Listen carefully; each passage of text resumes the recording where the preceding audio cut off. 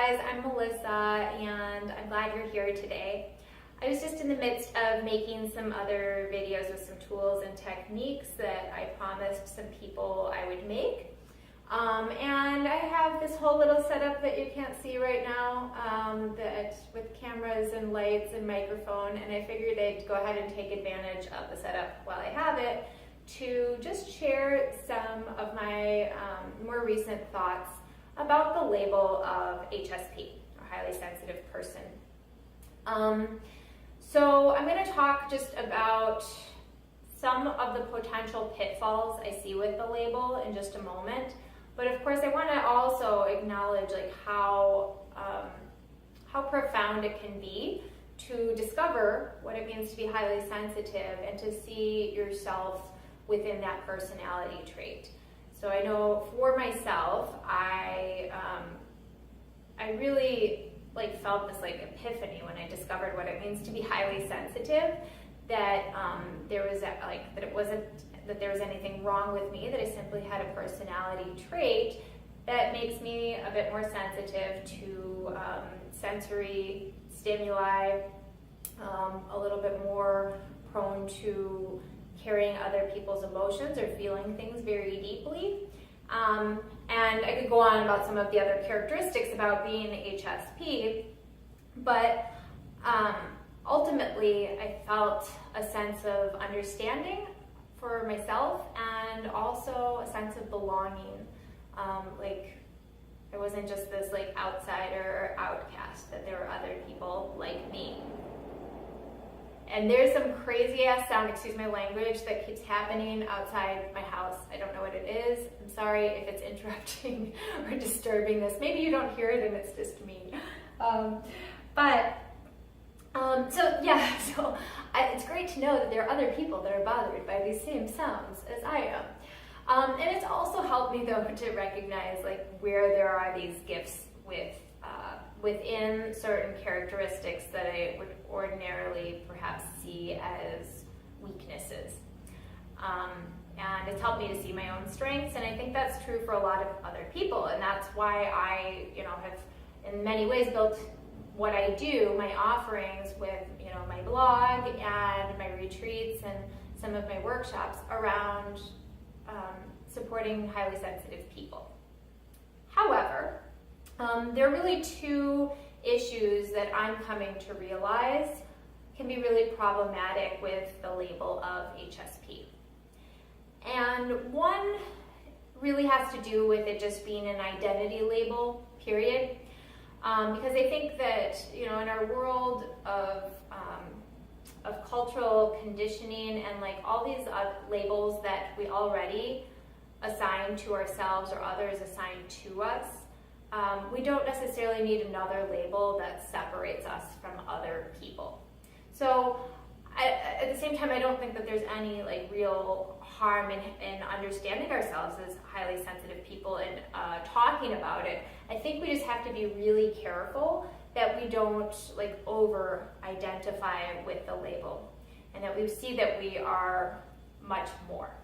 So if you look at this from a yogic perspective, for example, the purpose of yoga is to connect with our higher self, to connect with more of what people might call either higher self or inner wisdom, self-energy with a capital S, that is.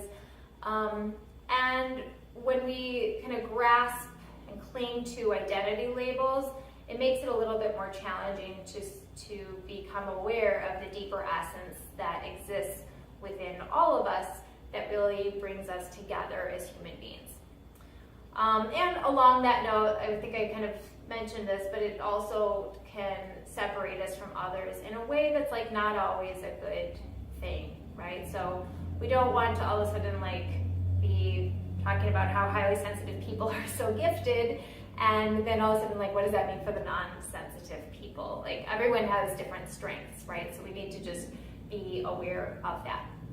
The second part that I'd like to just talk about is that for me, when I first started to really understand myself as an introvert and as HSP, I felt like that gave me not just permission, but excuses sometimes to skip out on certain experiences, right? So like there all of a sudden becomes this like, oh, I'm highly sensitive, or I'm introverted, that's not for me, or like I don't know if I want to do that because it might be too stimulating, or whatever it might be. And it becomes very easy with that sort of way of seeing things to really become more contracted in our bodies, in our minds, in our overall energy. We kind of like curl into this like, oh, I can't do that, or like because it would be too much of this, or whatever it is. Elaine Aron talks a lot about balancing in and out in the world, and I think that this is really like, this speaks to that, because I think we have to tap into the part of ourselves that can be, or like the qualities within ourselves that can be peaceful and calm and open regardless of the situation around us. I know that seems really challenging and really difficult, but just think about, like, do you want to live in this energy of like being really contracted and going within, and like the rest of the world is too stimulating and it's just too much? Or do you want to live in this place of a little bit more openness and feeling, even when there's noise outside your window, still, kind of living from this place of being like, I'm expansive and I can, live in balance with the world.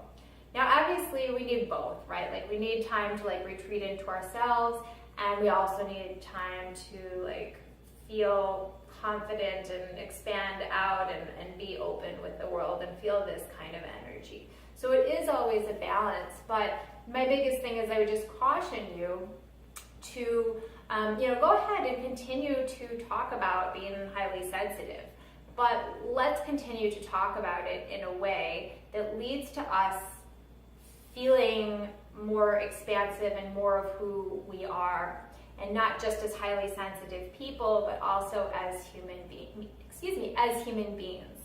right?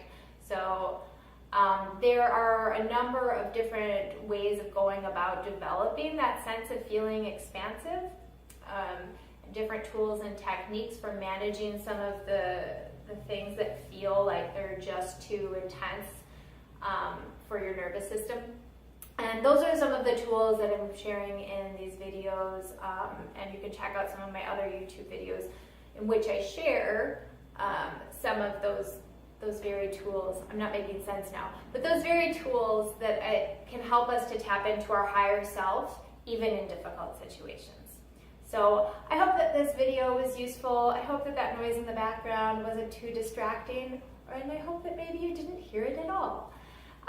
But let me know what you think about the HSP label. I'm really interested to hear from other people's perspectives or about other people's perspectives, and feel free to share with anyone who you think could benefit from watching this video and hearing this message. I'll see you soon.